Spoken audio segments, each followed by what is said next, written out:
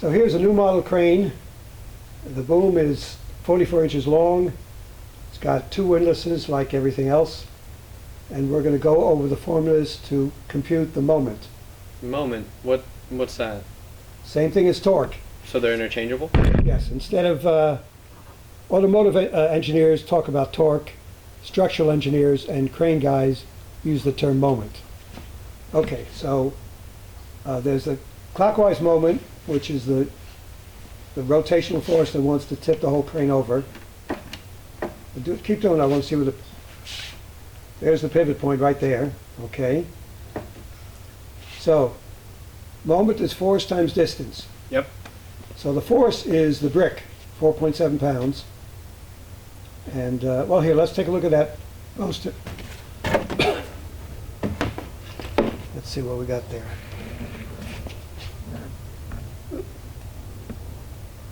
Moment is force times distance. And the force is the brick, 4.7 pounds. Now, what's the distance? How do we figure out the distance? Well, the distance is from our weight to our pivot point, and our pivot point's right here. Okay. So if we just, I don't know, try measuring it, you get 30 inches. But there's one problem with measuring it like that. If I raise up the weight, I didn't actually change its distance, but if I measure it, now it's 34 inches. So we got to, that's not going to work. So Not at all. technically, we measure from the line of force. Yep. What force are we talking about? Well, the line of force runs straight through our center of gravity of our weight, and the center of gravity, for simplicity's sake, is just the center of our weight, so right about here. Okay, but so line of force, what's the force?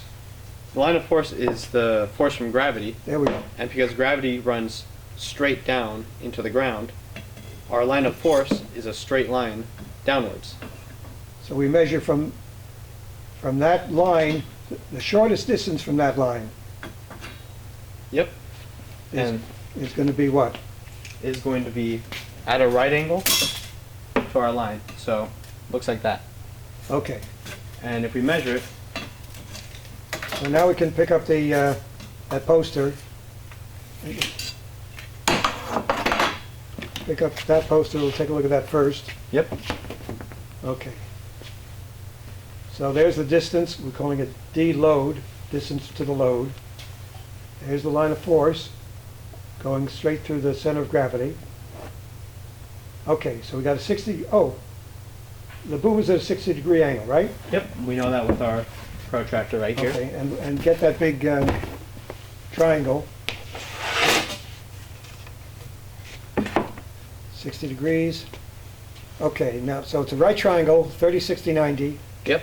And in every 30, 60, 90 triangle, the short side is always half hypotenuse, Yep, and hypotenuse is the longest side of this triangle. the side opposite the right angle. Okay, Yep. now, there's that other poster. Nope. Yep. Okay, so we got a couple of 30, 60, 90 triangles. The short side is always, so what is that? 9 is half of 18. 6 is half of 12. All 1/2. Everything is 1/2 or 0.5. Yep. Okay, so let's see. Now get poster number 2. There we go. Cosine. What's cosine? Well, it's some trig, but that's not as bad as it looks. If we want to measure the distance from our line of force, and for some reason, let's say you can't measure here to here exactly, Right. we can use some trig to find out what that distance is with only knowing the angle and how long our boom is. So the boom is the boom is the hypotenuse. Yes, it is. That's 44 inches. So cosine is adjacent over which is adjacent? What does that mean? Adjacent. Adjacent, so let's say our angle is 60 degrees. Right. Cosine of 60 would mean the adjacent side is right here, next to it. adjacent means next to. So that side's the adjacent side, and which is the opposite side? Directly opposite of our angle, which is this one right here. Which we don't need today. Don't need it. And the other one is the hypotenuse, which is, Opposite to the right angle, or Okay. the longest side. there we go. So that's cosine, adjacent over hypotenuse. And the side, the adjacent side we're looking for, that's the distance, Yep. right? Exactly. D load, distance for the load. So let's see, so D load over hypotenuse. So we substitute 44 inches for hypotenuse, Yep, because our boom is 44 inches long, and the value of cosine 60 is, 1/2. And we can find that out with a cosine table, which just has a bunch of different values of cosine. let's see, So we look for our angle. cosine 60 is 0.5. Got it. Exactly. Okay. So knowing that it's 0.5, see cosine of 60 is 0.5, d over 44 inches. So to find d load, our distance of the load, we just multiply both sides by 44 inches. 44 times 0.5 is 22 inches. So the distance from our line of force to our pivot point is 22 inches. We Okay. didn't even have to measure it. And it's much more accurate this way. Exactly. Okay, so the moment of the load is going to be force times distance, 4.7 pounds times 22 inches. Yep. Okay, now we need the moment or the torque of the boom. So let's see, find poster number 3.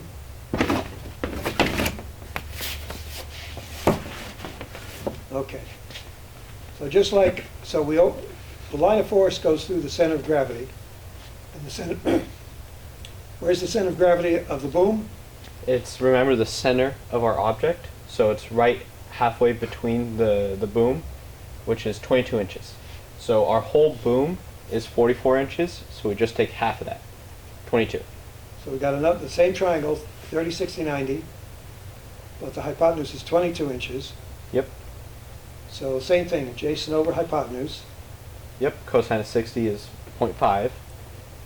So we have the distance of our boom over 22, the hypotenuse, and multiply both sides by 22 to get us 11 inches is the distance. Okay, then we plug that into over here. Same thing, 3.75 pounds That's it. times 11 inches. Good. So that'll give us the moment of the boom and the load. Now, what would happen if the boom is at 45 degrees? So If you we- find, I think poster number, there's another poster down there, maybe number 4. Let's see. Yep, here we go. Okay. Cosine 45, just a different number. Instead of 0.5, it's 0.707. Yep, we can find that in our table. Same thing, adjacent over hypotenuse, 0.707 equals our distance over 44, multiply both sides by 44, and that'll get us our distance. Which is 31 inches. So before the distance was 22, Yep. now, I tell you what, so get the poster out of the way. So when the boom's at 60 degrees, the distance is, yeah, take the tape, but the distance is about, You're gonna 20 eyeball it. it's about 22 inches. Yep, right about here, Okay. 22 inches works out. Now, lower the boom, and Thanks to our protractor, we can get it pretty close. It's about 45. okay. Now we can measure it again, still eyeballing it. Well, we can see it, the distance is greater. Yep, and sure enough, it's around 30 inches. Okay.